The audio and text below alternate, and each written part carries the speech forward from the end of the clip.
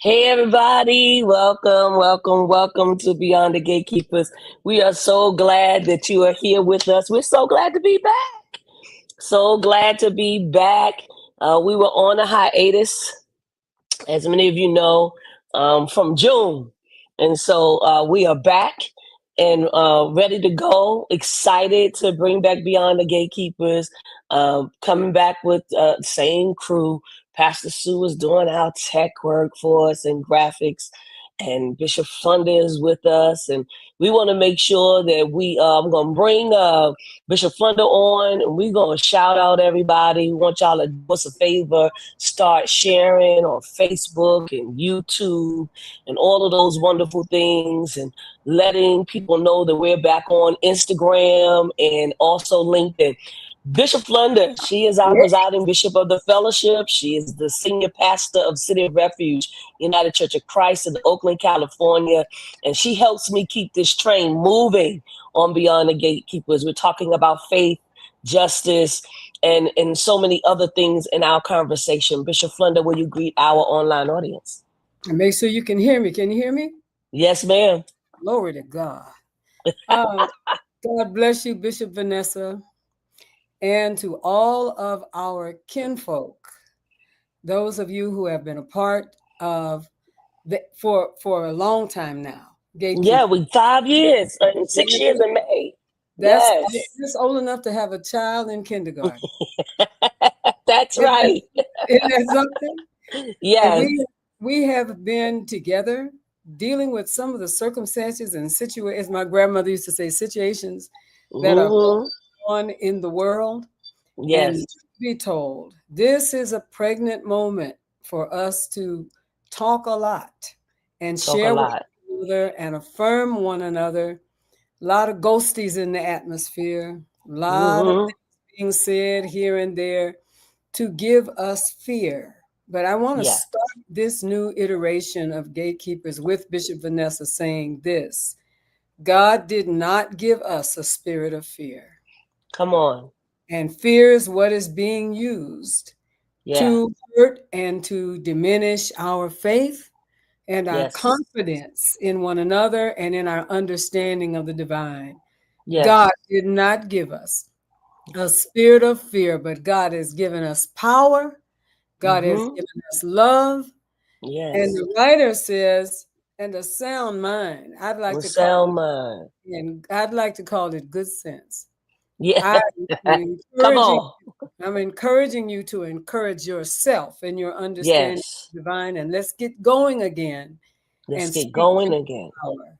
Speak truth to power. God bless you, Bishop Vanessa. Thank you, She's Bishop. become progressively more dangerous. I want you all to know that. She's all over the place, doing incredible work, all over the place. Keep a watch on her and see if you can tap into some of the ways in which God is using her theologically and academically. There's so much that I can say, but I am so glad, Bishop Vanessa, to be in this conversation again. God bless you all. God bless you, Bishop Flunder.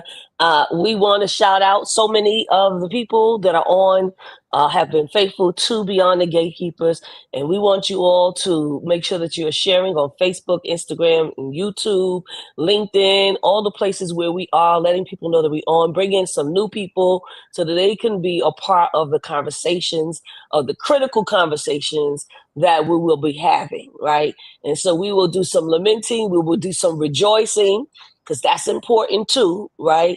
And we'll talk about current events and all of those things. Bishop Sonia E. Williams is with us tonight. Rem Atlanta is here. Reverend Reginald Nichols is here from City of Yes. Refuge. Thank you so much. Lavinia H. Bean here, New York City. Minister David Williams is here from Hackensack, East Orange, New York City. Lisa, God's Child, is here.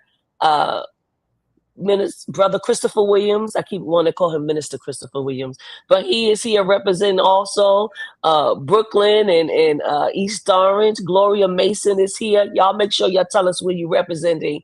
Reverend Karen Coleman, Boston. Thank you, Reverend Karen. Good to see you. Reverend Hilda Lloyd is here, Baltimore, Maryland. Bless you. Pastor Erica Smith Maynor is here with us. Pennsylvania is in the house. Sister Darlene Connell is here, Queens, New York. Reverend Davina Crea Jones is with us. Amen. Northern Nevada, right? California. Yes, we're so grateful for you. Dr. Sherry Brown Jackson, New Orleans is here. Dr. Lewis is here.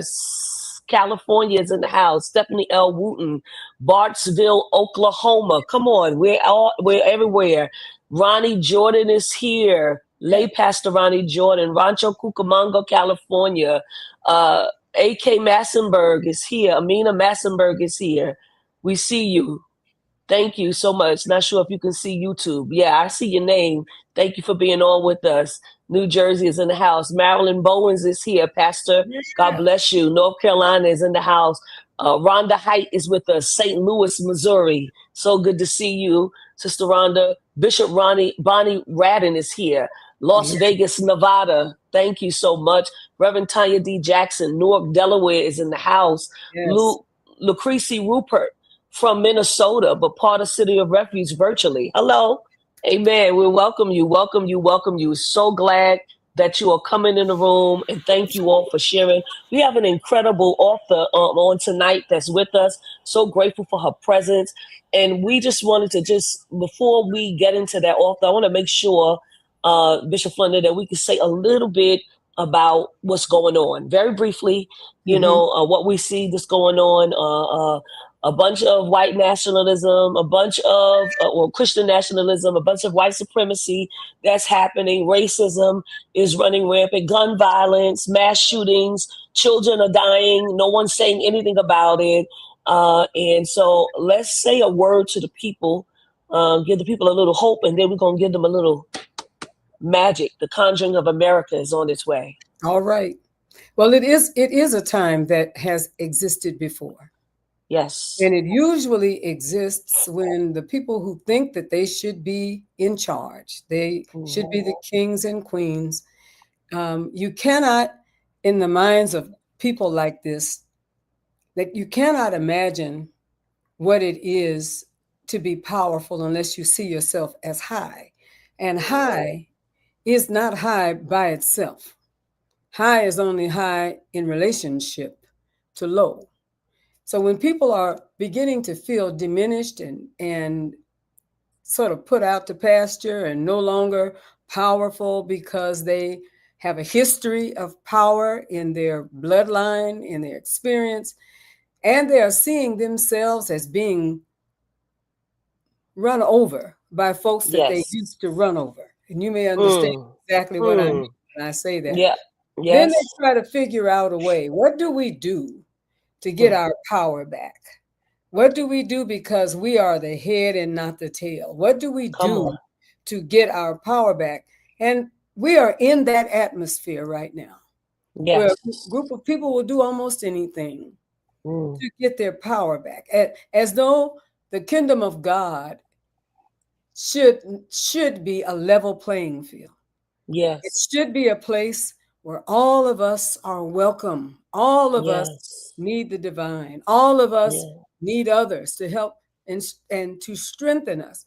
But there's still, Bishop Vanessa, a sickness. And that sickness is now being made clear and visible. Yes. Yes. Don't you ever think it just started again? That's right. It's been there rotting for a very long time. And now it sees an opportunity. And what we need, and I know we'll talk more about this later, is just this piece. What we need is to clearly understand that it's been, you've heard me say it before, under the ground like the cicada. And now it has decided that it wants to come forth because it feels like the leadership of the country is stronger than the power of God. I'm going to stop right. Yeah. Stop right. Thank you for that. Yeah. Listen, we're going to get into it. I believe that this book ties into, for me, some of the things that I feel like we're going to be needing to do as we move forward as people, right? Really quickly, I see Lena Galloway on here with us, Cincinnati, Ohio. Truth and Destiny is here. Dr. Danny J. Bahuro is here, Chicago and New York City representing. Sister Leo Mercado Best is here, Columbus, Ohio. Reverend Dr. Redora C. Stewart is with us. Washington, D.C., Minister Sandy Hudson from Paris, California. More people keep joining. Elliot Morris, thank you so much. Chicago is in the house. Reverend Colette Walker, thank you for being here. We see you. I believe St. Louis. Cheryl Robinson Moore is here, O'Fallon, Missouri. So more people will come. We're asking you to share on all social media platforms. This is a conversation we want to have. We have a great author with us in the person of Dr. Lindsey Stewart. Dr. Lindsey Stewart is an author, Black feminist, philosopher, and associate professor of philosophy at the University of Memphis in Memphis, Tennessee. She has written an incredible book called The Conjuring of America, MOJOS, Mermaids, Medicine, and 400 Years of Black Women's Magic. I'm going to say it again.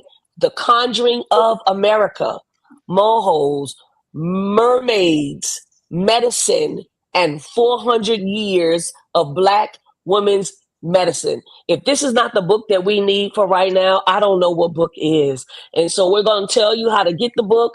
You already know that we're going to, first of all, ask you to purchase the book. We're going to definitely do that. And then we certainly are going to give away a book, and we'll be telling you about that. This will be, you see it right there. You're going to type the hashtag Beyond the Gatekeepers. When I tell you to, you're going to do that. And we're going to also tell you ways to purchase the book as well.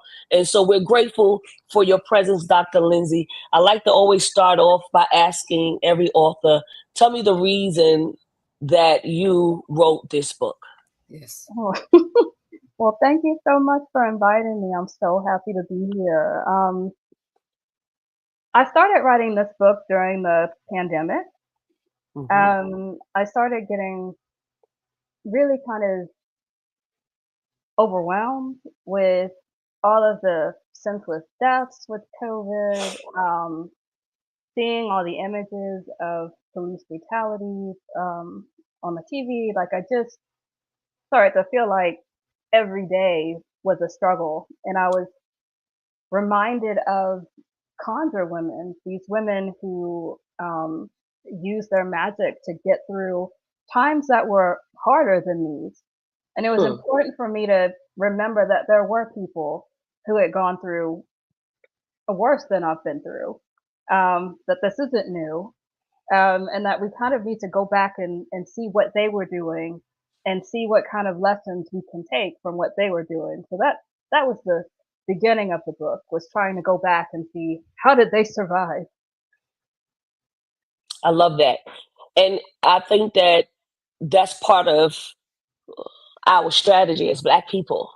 We have to figure out the ways in which they survived so that we can know how we're going to survive. And like Bishop Flunder just said, this is not new. I was sharing with my mother, this is when it was first starting out, and she said, we've been here before. She said, it's just different for you all. You all don't really understand it. She's 86. So she lived through Jim Crow. So she understands what is happening in this nation. She understands, white people losing power and really showing out. And so we have these lynchings and different things that are happening. But I want to stay on course, and I'm going to bring Bishop Flunder in. After I ask you this question, your first introduction, it's like, boom, it's going to get you. The introduction says, how to keep that shit off of you. Okay? So everybody talking about what's the strategy? We talking about strategy right now. You need to listen, okay? How to keep that shit off of you. So my question to you is, what does it mean theologically to keep that shit off of you in a world that is saturated with oppression, spirits, lies, projections, racism, homophobia, transphobia, and we can go on and on. And fear. And fear. And Yes. fear. And so the way that I like to think about conjure is that it's about luck management, right? So there's lots of things that you can do to make yourself successful in the world, but then there's some things that are just out of your control. And that's really the area of life that conjure is trying to address. So for our enslaved ancestors, they were already in a really bad situation. So they were trying to figure out, what are some ways that we can prevent it from being worse? So how can we help people who are sick? How can we put people in the best position spiritually to fend off craziness that comes our way day to day on the plantation? That's what conjure is about. That's what they were doing. It's not that it's not that you're always in a position to have not be in hardship. It's just, how do you secure your spiritual resources to be able to weather the hardship? I hear that. Bishop Flunder? I agree. I think that there's much for us to learn and remember, because everybody in some way that goes as far back as we are and further know what it was like to find food, know what it was like to be treated equally at a job, know what it was like to be a woman, know what it was like to have to deal with things that you would rather fight, but for the sake of your children, for the sake of your family, for the sake of not having your house burned.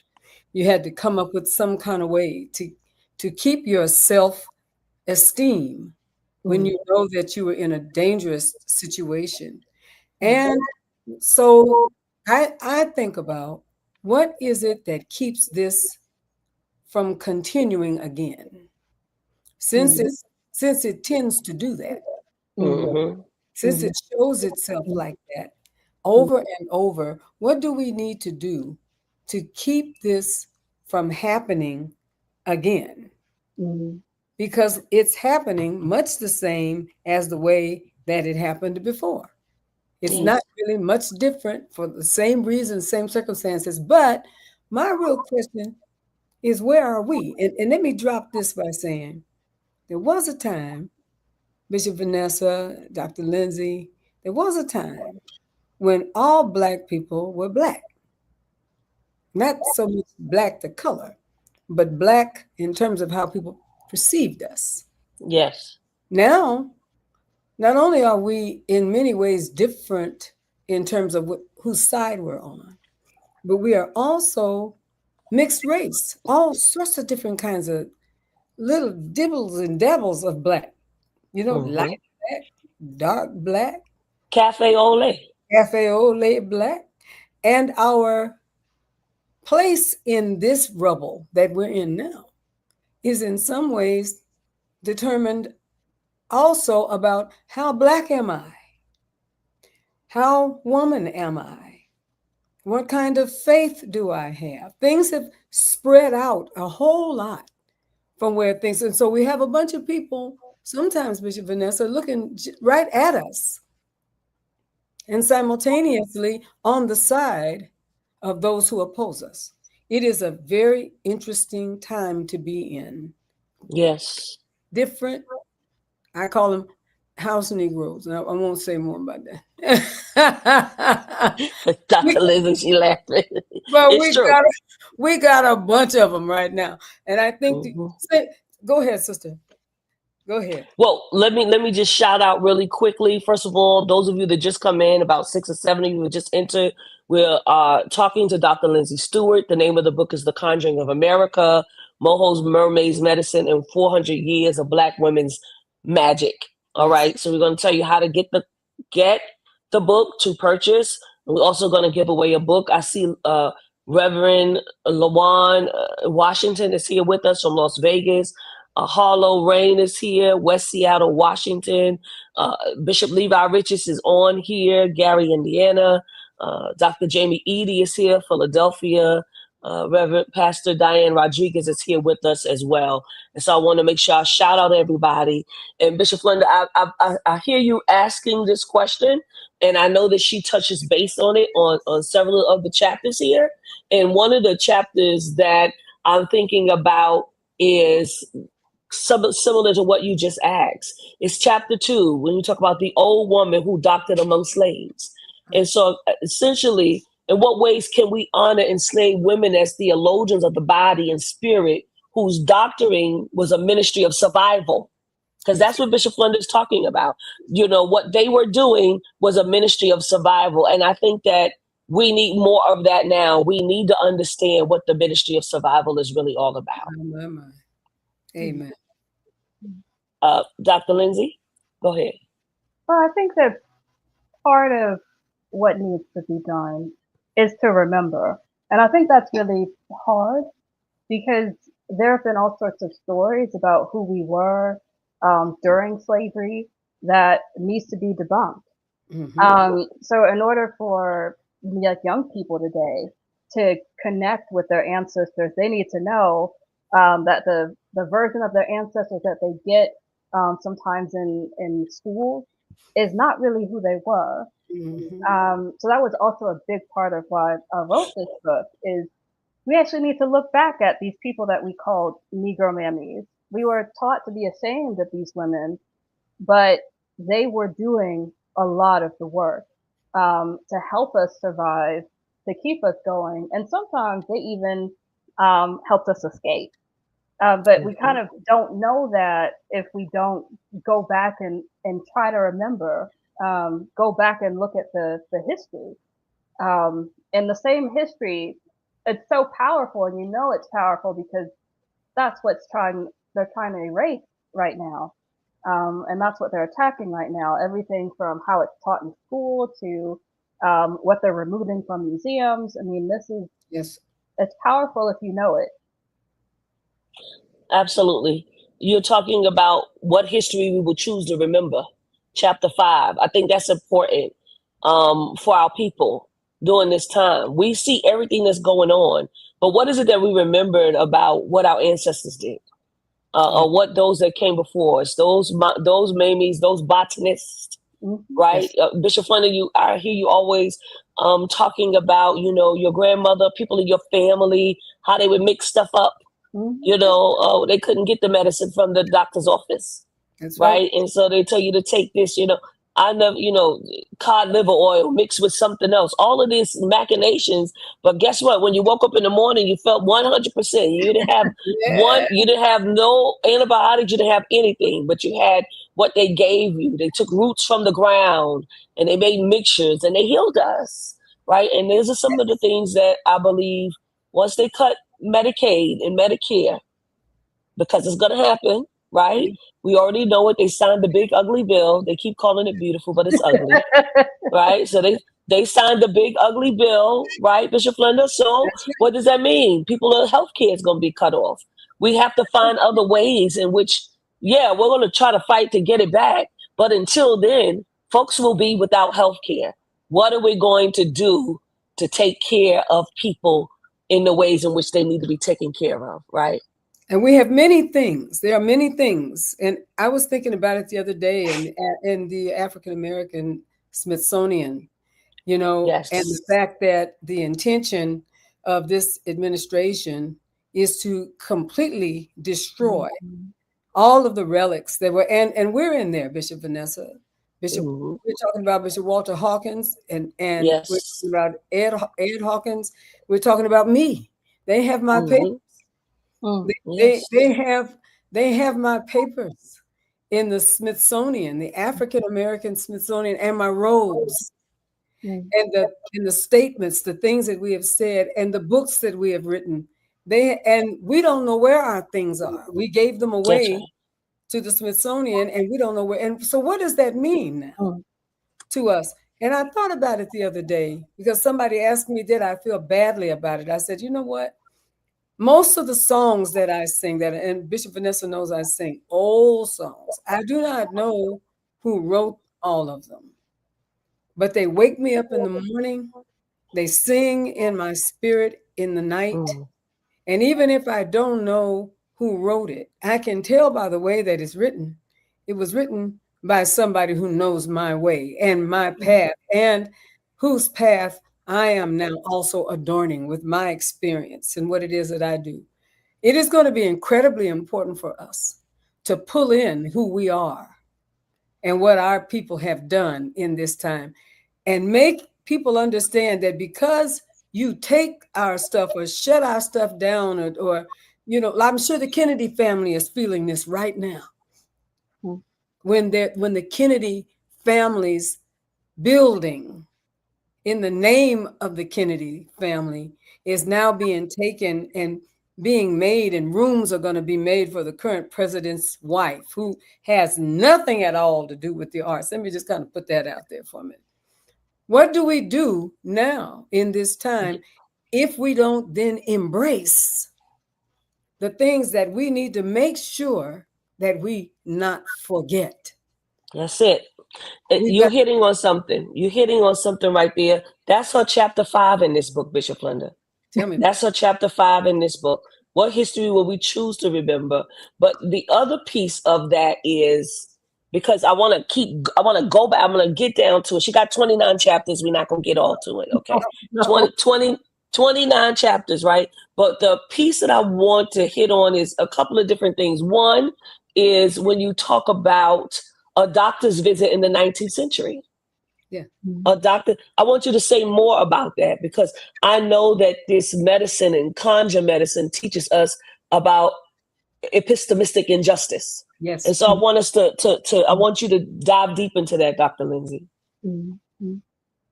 Well, So it was interesting to me, thinking about the early 1800s, kind of how were people, when they got sick, especially in the South, what they do. On plantations, a lot of times it was these old enslaved women who often, worked in the house after having worked in the fields for many, many years.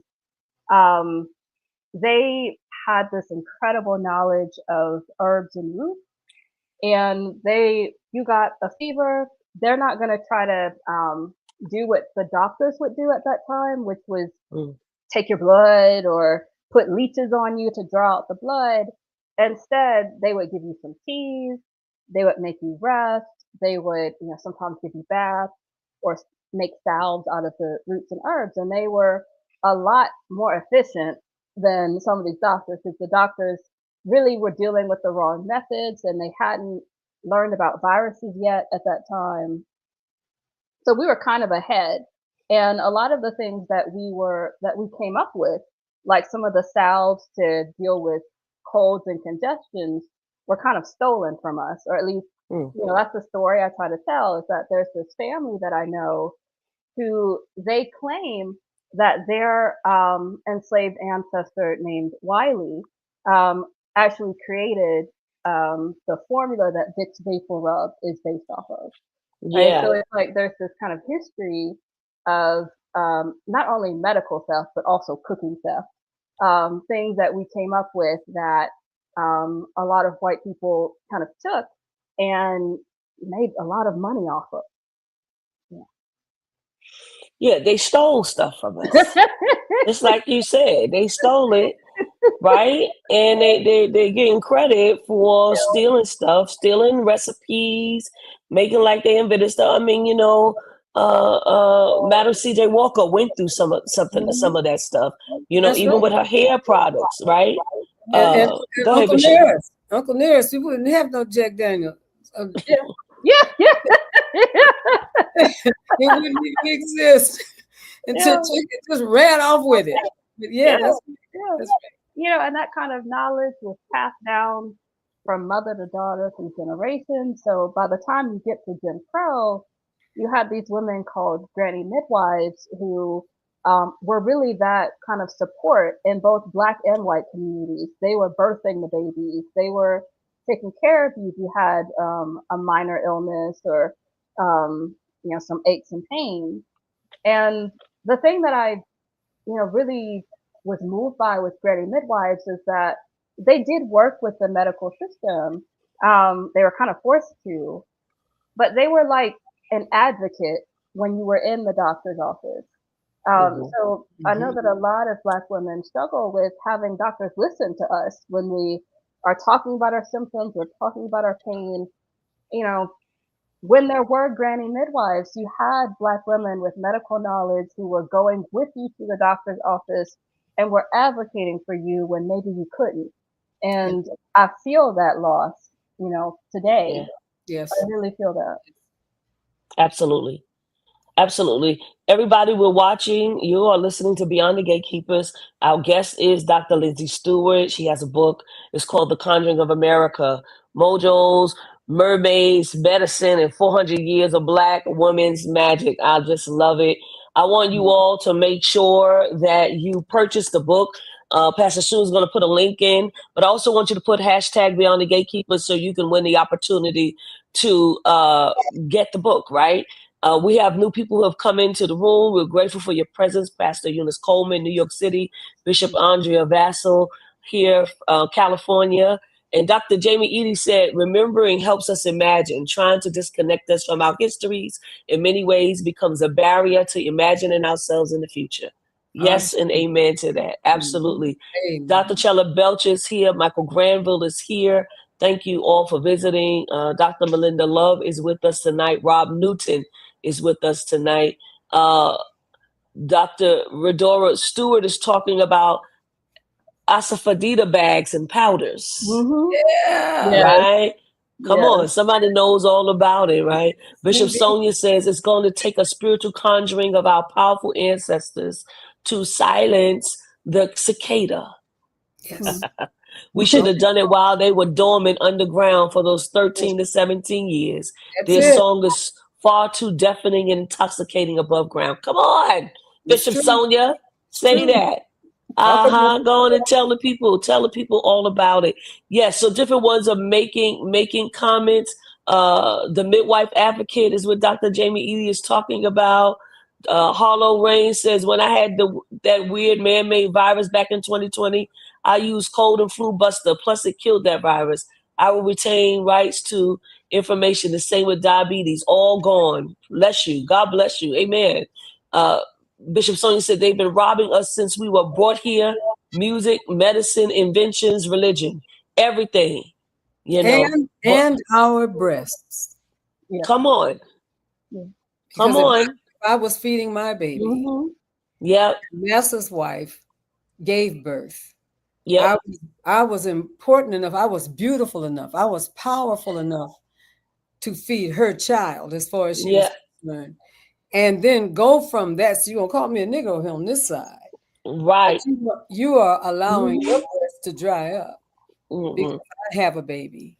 Yeah. And that baby has been fed now by me.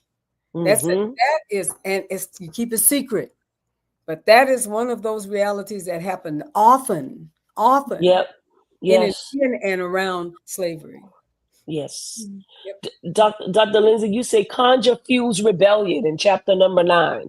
Can you say more about that? I believe you're right. Well, you think of some of the ones that we know about, like Harriet Tubman. She was known for having visions. She was known for knowing a lot about these herbs and being able to cure people with her medicine. Frederick Douglass was carrying a root when he beat off his slave master.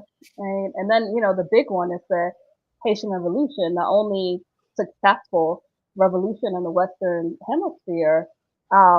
They had a voodoo ceremony, and that's what got them going for that revolution, Mm-hmm.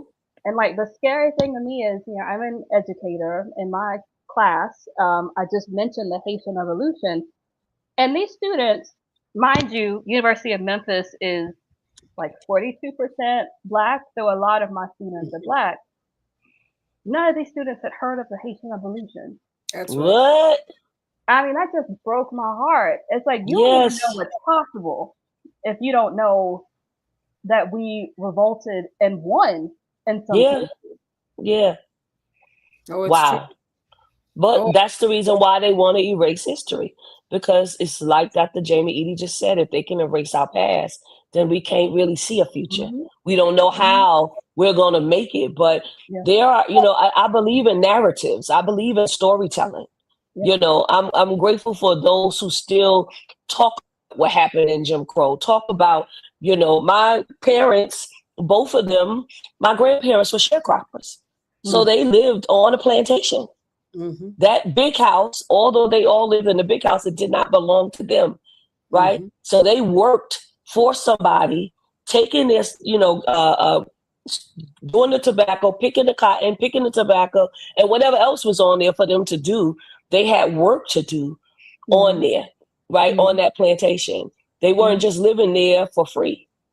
And the fact of the matter is that they, I can remember my mother telling me stories, saying to me, when my grandmother she had 6 children, but every time she would have a kid or child, the person that owned the plantation would come and say, you could send one of your little fillies out to work the field. Mm-hmm. And my grandmother got upset and she pulled a knife on him and hemmed him up in the corner. She said, don't you ever tell me what to do with my children.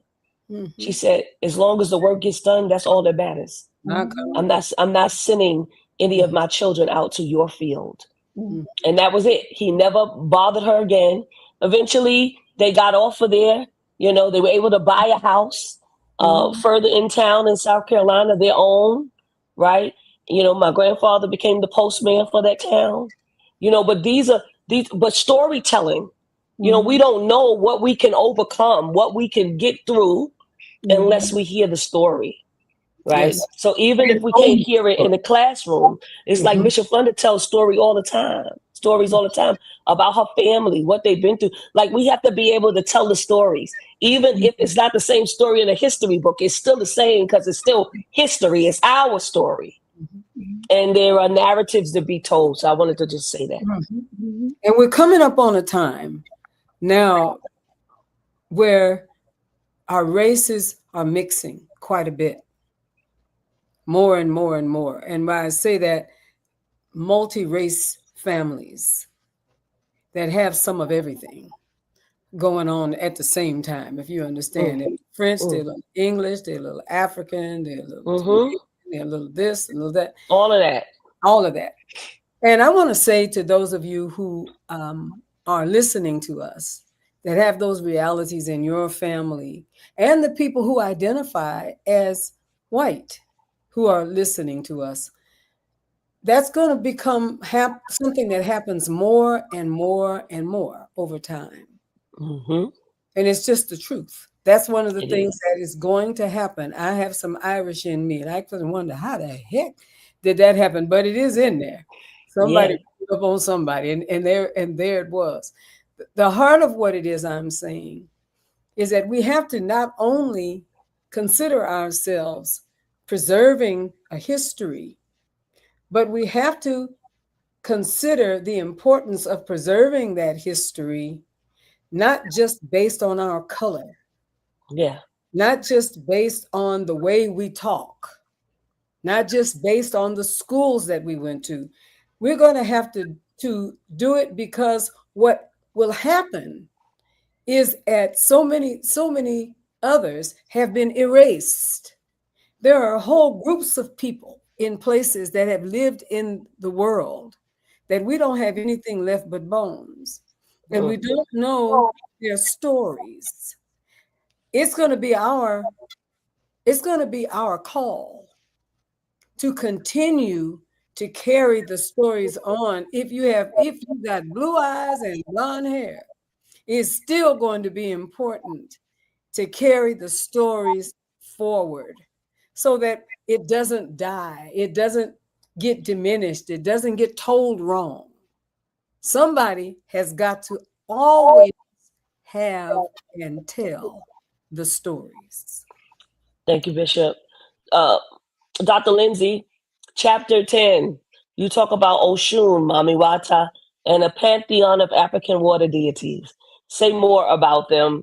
And then, Bishop Flynn, I want you to follow up with just giving us, how these deities function as theological correctives to what we see now in Western patriarchal God images, right? But I'll get to you, Dr. Lindsey.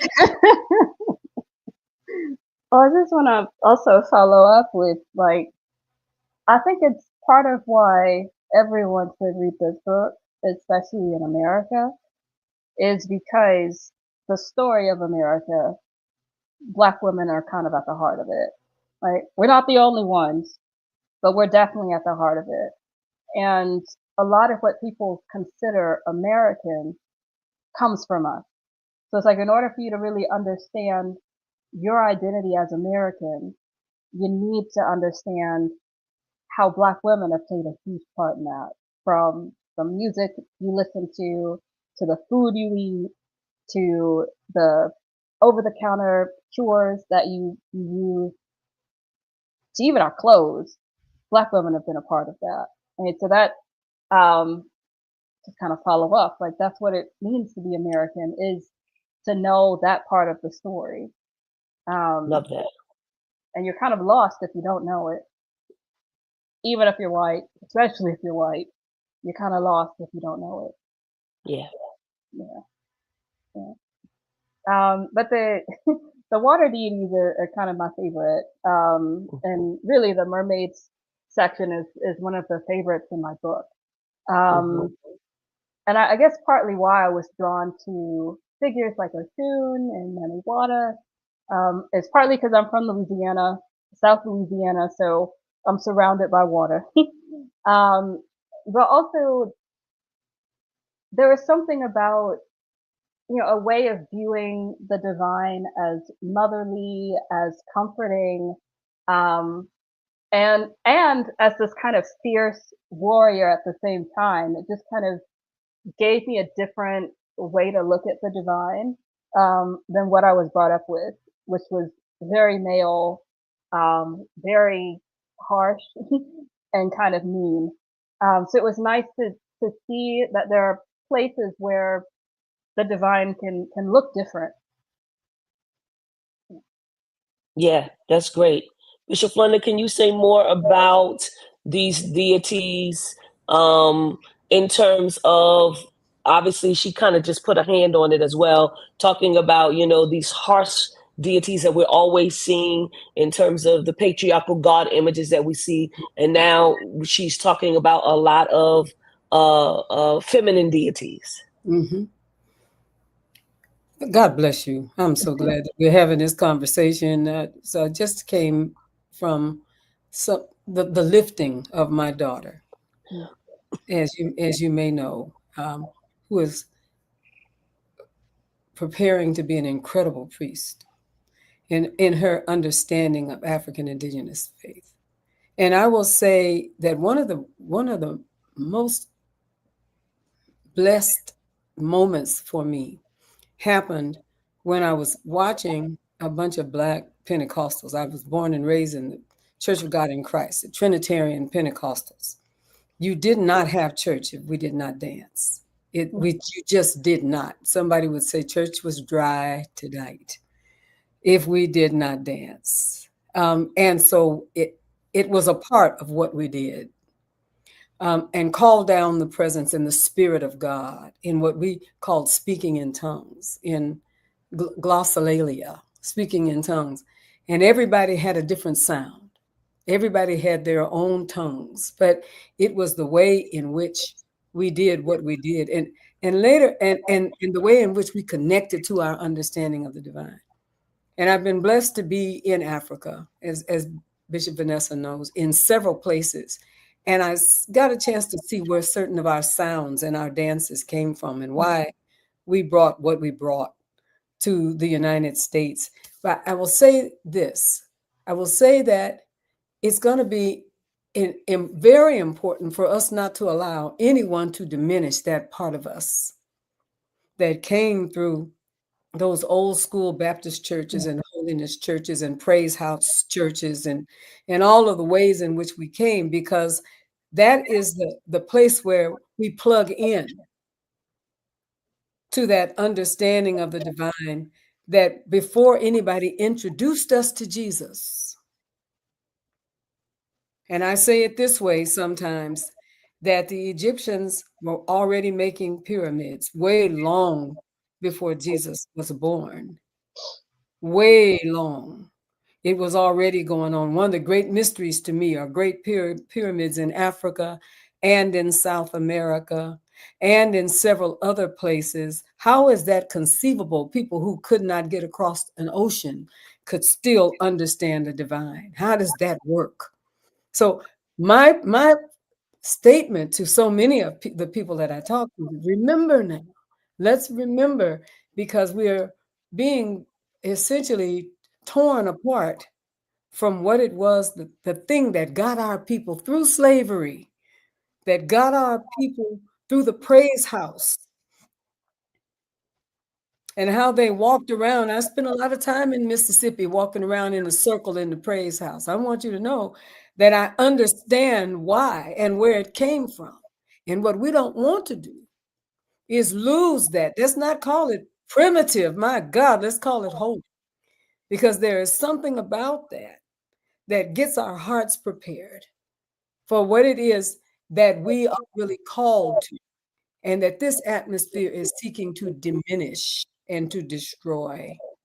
Do the reading, because it's important. And we are dangerously, as you all know, talking about a third testament, and we're loose on it now. We got writers, we are checking, going back, cleaning it up before you know it. And I know it's a whole lot of people won't be mad when we say to them that not everything in the text that we have read is God. and that people did use passages to enslave us. Let's be clear, to diminish women, to destroy the earth. There's so much that we need to embrace. I think, Bishop Vanessa, that this may well be our call by God for this time. Where is God? And who is God? And how is the Spirit of God working in the midst of the time that I can tell you it's not in the White House? I can promise you. I can promise you. I can tell you, honey. But It ain't there, honey. we also cannot be afraid, and we also cannot be diminished, because the whole thing needs the help that we have learned through many dangers, toils, and snares. Don't hide, True. beloved. Don't hide. This is not hiding time. And if you perish, you perish. But don't hide, because you told me that when we leave this earth, we go into the presence of God. That's what y'all told me. So if we perish in the work like Martin did, come on, and Malcolm did, if we perish, then we perish, but we leave a footprint and a handprint for those who come out of us. That's what we do, Bishop Vanessa. That's what we do. Yes. Thank you, Bishop. We have, I want to just acknowledge the presence of Pastor Marvetta Walker. She is with us tonight. Liz Gates, thank you for being on tonight. Dr. Lindsey, you talk about she was hard on the men. She was hard on the men. Talk about it. Talk a little bit about it.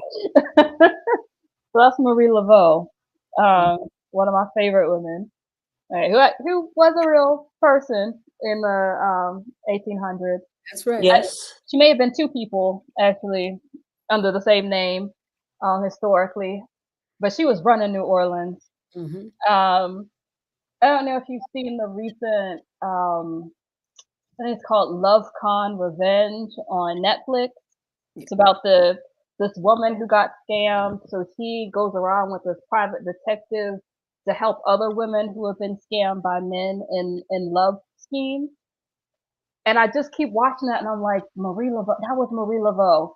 Marie Laveau was that person that you turn to when your husband wasn't acting right, or you were having problems with your boss. And, she'd give you a little something. And usually they were so scared when they found out that she gave you something that they'd act right. But I just love that she was an advocate for people who were, especially for women who are suffering domestic abuse. Yes. And that's what I loved about the show, Love Con Revenge, because it just highlighted that for a lot of women, there are things that happen in our houses that we can't trust the police to help us with. The police are interested. So who do you go to? Who's your support in the community that's going to help you deal with these relationships? Oh, yeah. That was Marie Laveau in the 1800s. I recall reading about her. Dangerous, already dangerous, and fair-skinned, and like kind of get you in certain doors, but then you can really say what you need to say, Yes. I understand. And I'm going to tell you, Bishop Vanessa, whatever you can remember, any of us that can remember from our foremothers and forefathers, hold it close. Yes. If we can remember these stories, if you can remember how to make a really good sweet potato pie, make sure that you make a good, you hear me? Make a good sweet. I even have chitlins on New Year's. Now, I have to tell you, I don't have the same palate for chitlins that I had. Much younger. But low on the hog was all my folks could do. And low on the hog was all your folks could do. I say that because we have to remember. We have to remember what it is that came to us and through us, and not throw that away as though greatness is somehow better somehow better because it's fairer. Mhm. If you Mhm. understand, or greatness is better because somebody had an education, or greatness is better. Greatness is better. That's a trick. I love what you brought up about the book. I love that because I understand that. She took that look. Mhm. She did not allow that look to somehow make her special and greater than the dark ones over here. That's so. And she's still replicating in the earth. They may not be called Marie Laveau, but they out here doing the work. Trust me. Come on now. Come on, Okay. Vanessa. Come on. You. So it's so many places again. Like I say, I want to go, but it's 8:57. I'm just telling you. So I want to get to. Let's talk a little bit about the enslaved midwives as weavers. Enslaved midwives as weavers. Tell us a little bit about that. That was something that I didn't know that much about before I started reading the book. I didn't realize how much um, we know that African American culture is oral, but we don't often talk about how much it's visual too. Yeah. And I was really interested in these quilts that enslaved women were making and how those quilts were also um, they were weaving messages in those quilts. They were weaving symbols of their faith in those quilts, and really kind of calling the divine down for help in those quilts. And that was something that I hadn't really thought about before, how important those quilts were. Yeah. They were passed down through generations as well. We've lost a lot of them now, but those quilts were how you came into the world Yes, and ma'am. how you left the world. Yes, ma'am. So it was just really moving to see that. And the thing that really surprised me was how much enslaved women were responsible for things that we wear today, like blue jeans. That Yeah. was something that was worn by the enslaved in the field. And it was these women, enslaved women, who had been taken from Africa, from places like Nigeria, who knew how to make indigo dye. That was a very special knowledge that they were kidnapped for. And they Yes. used that indigo dye in their weaving techniques to create blue jeans. Like, we still love Blue. those pants, Yes. Yes. You're right? right. Yeah. You're You right. know, you talk about blue jeans. Somebody else, Liz mentioned, but you have Liz, so you'll know. Chapter 24, Black Women's Here, the Everlexton textile. She talks about it, right? Yeah. But I want to talk also about Black midwives in the 19th century brawl over abortion, because Yeah. I think we have to talk about that. Hmm. Hmm. Go ahead, Come on. Lindsay. Yeah. I mean, that was also crazy. Like, I did not realize how much um, immigration and abortion, anti-abortion stuff has really been tied in this country, right? Hmm. So a lot of times, if you notice, people are ramping up anti-abortion rhetoric. Um, at least in the 1900s, Mm-hmm. part of that was done out of fear. Um, they were afraid that white women weren't having babies as much as they should. They were Mm. afraid that you've got this new population of people who were once enslaved but are now free. Mm-hmm. People who are Chinese who are here. I mean, one of them was my great great great grandfather. People who are Chinese who are working in California, but also working in the South. Mm-hmm. Um, and a lot of white people were worried these minorities are going to take over. Again. Again. Because that's exactly what they're worried about right now. Right this moment. That's right. So it's like that has happened before. That push to, get rid of access to abortion and Yep. get rid of immigrants, that has happened before. And it usually occurs together in this country. I didn't see anybody, Bishop Vanessa, around in the neighborhood in East Oakland in particular. I didn't see in and around the places where women could go should they want to abort a baby. There's nobody marching out there. Yeah, no. Nobody. I think you understand precisely what it is that I'm saying. God says, I think that the hope is that is what they will do, that they will decide what, and that's been going on a goodly while now. A goodly while, yes. Now all of a sudden, all you hear is that keep don't. But they're not talking to my people. That's what they're talking to. Go home and cook again. Be Donna Reed. How exactly are we going to afford to do that? I mean, that's the conversation at present, if you understand what I'm saying. And I can remember, and my mama, my aunties, I don't care where they had to go, unless they couldn't bring the baby to work. The baby was going to the grocery store, going to the beauty shop, going to church, whatever it was. And if you had 2 or 3, you tell them to hold your hand, hold your sister's hand, brother's hand.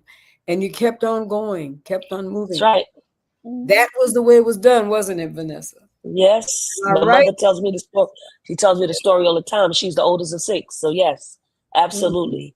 Lindsey, I'm gonna yield the floor to our online audience. And so we have questions. If you have a question, it's 9:03, but we're gonna wrap up soon. I'll take 2 or 3 questions. So if you have a question, I want you to ask the question. Remember, you can buy this book on Amazon. Amazon, this is where it is. That's what Dr. Lindsey told us. Buy the book from Amazon. Make sure you put hashtag Beyond the Gatekeepers on in so that you can win the opportunity to get the book. Purchase the book from Amazon. I see one question here. And so here it is. In your research, Dr. Lindsey and Conjure, how do you navigate the tensions between diasporic remembering and initiatory silence, between what can be spoken for the record and what must be held in the dark? That's a great question. It is.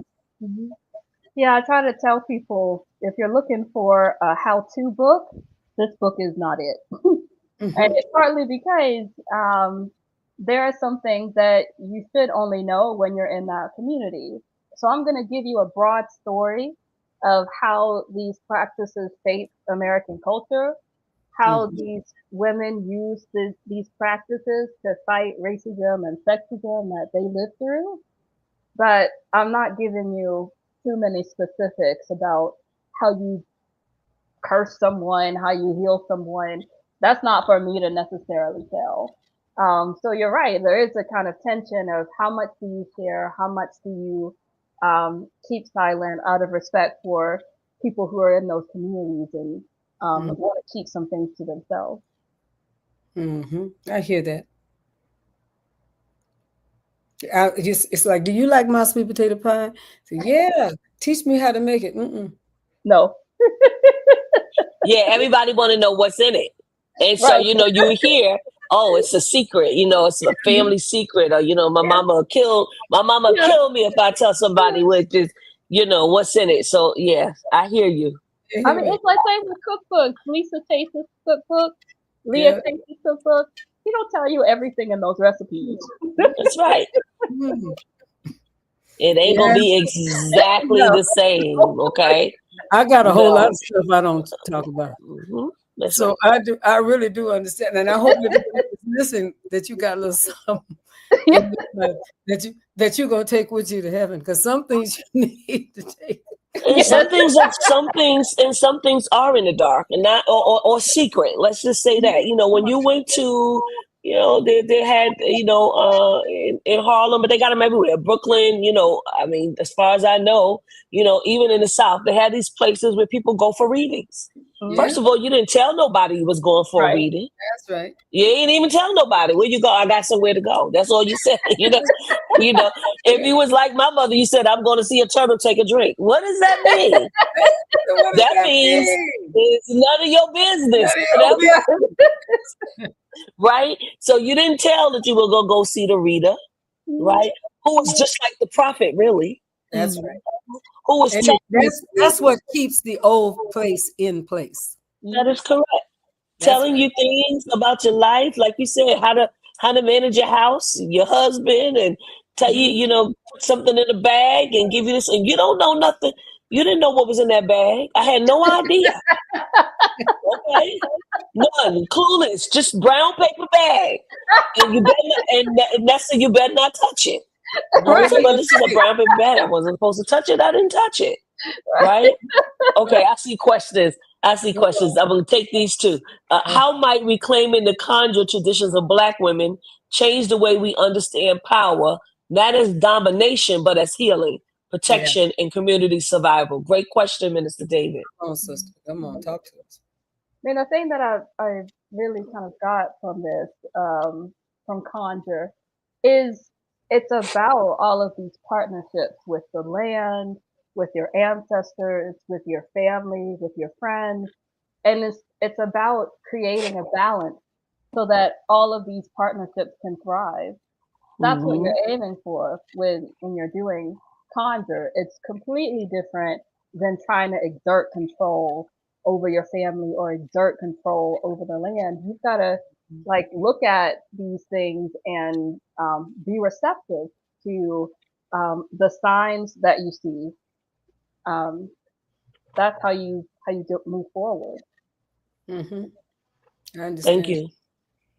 And the last question here, this is the last question that we can take. Please make sure that you're putting in hashtag Beyond the Gatekeepers if you want to win the book.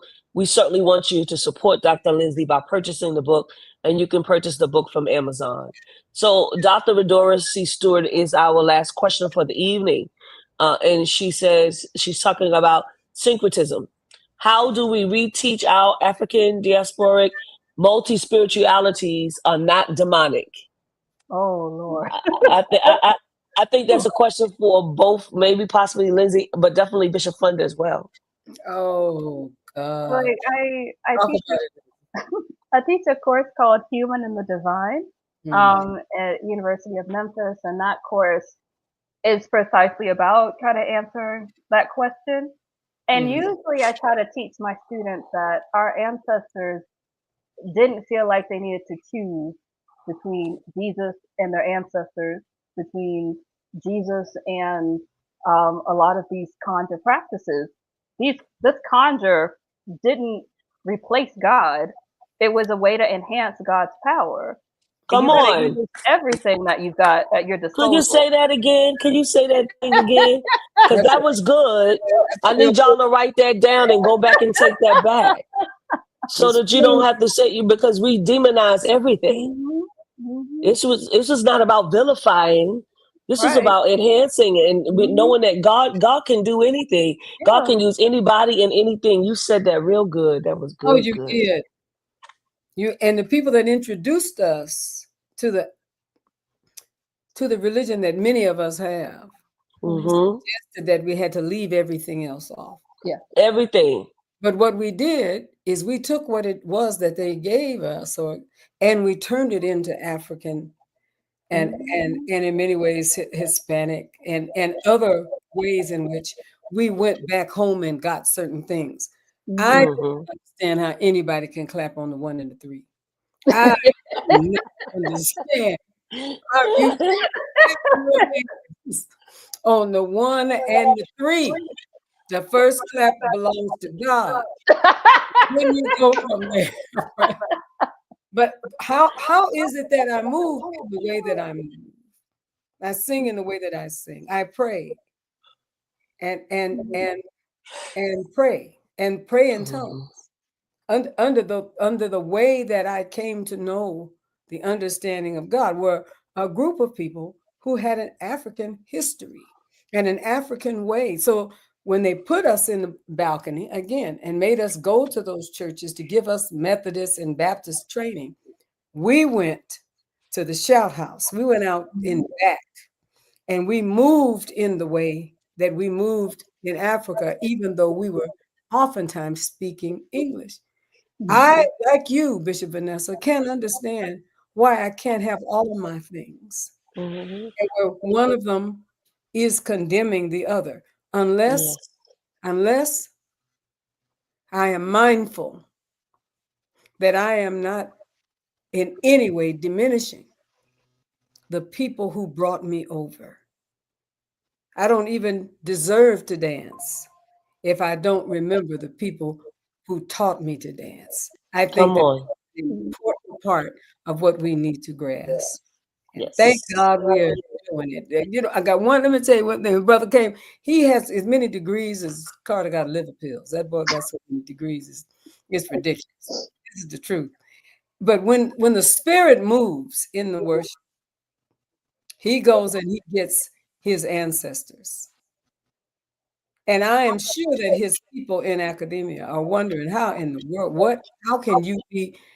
I want us to know that we can be those things simultaneously. So get out of the way, make some room for him. And I want you to dance the presence of God, sing in the presence of God, have lamentation in the presence of God. Keep your stuff, keep your academic degrees, but hold on to the praise house.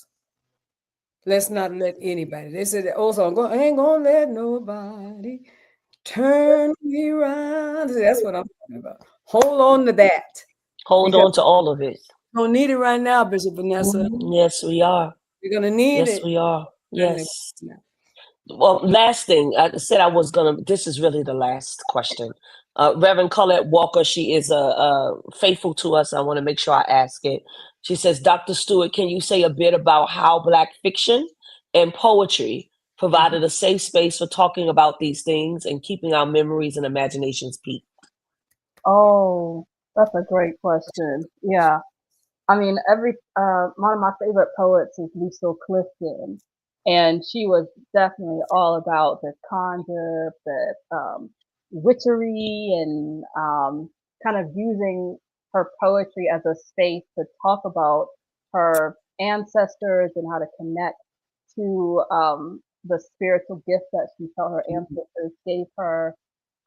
So many Black women in the 70s and 80s were writing novels that were remembering the Conjure Woman and kind of keeping the Conjure Woman alive for us.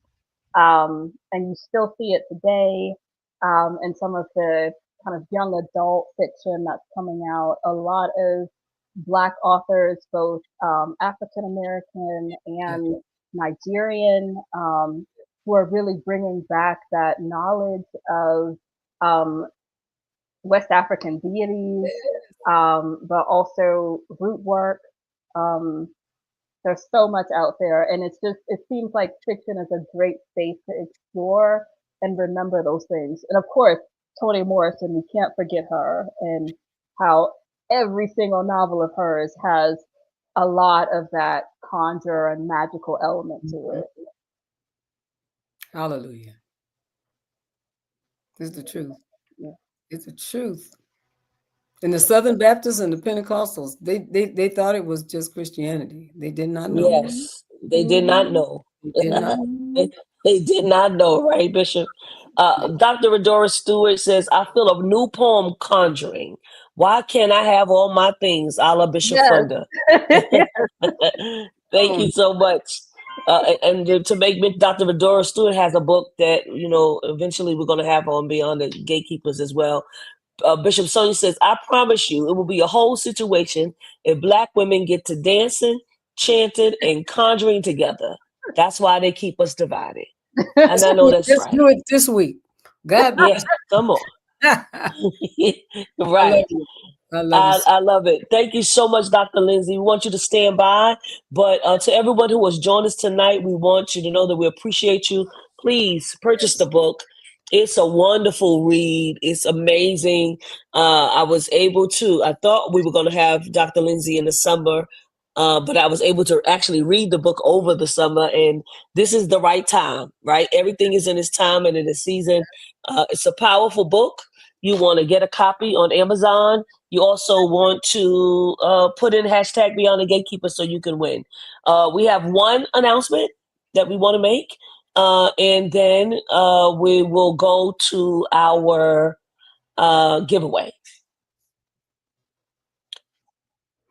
So Beyond the Gatekeepers, you all know that it is almost 6 years old. It's 5.5 years old. We want you to continue to support our broadcast, sending a donation to PayPal at www.paypal.me/ www.paypal.me/TFAM Justice. Let me say it again. www.paypal.me/TFAM Justice. We thank you for your support of Beyond the Gatekeepers and everyone that keeps on watching. You keep sharing with other folks. There'll be more conversations, and we are so grateful for your presence. It is because of you that we're able to still be here 5.5 years later. God bless you. Yes. Yes. We have a book to give away tonight. We want to make sure that you all are putting all one word #Beyond the Gatekeepers, all one word, no space. So I'm gonna give you. I see spaces in people's. I'm gonna give you opportunity to redo it. Beyond the Gatekeepers is all one word #Beyond the Gatekeepers. Dr. Jamie Edie, Dr. Lindsey says she has your book and the audio book. Come on. Amen. Thank you very much. Okay. Yes. Yes. And I'm told, please check your spelling. Make sure you check your spelling. #Beyond the Gatekeepers, all one word. All right. So we're going to give people the opportunity. We want to thank you all. And yeah, one book tonight. God bless you. Pastor Sue.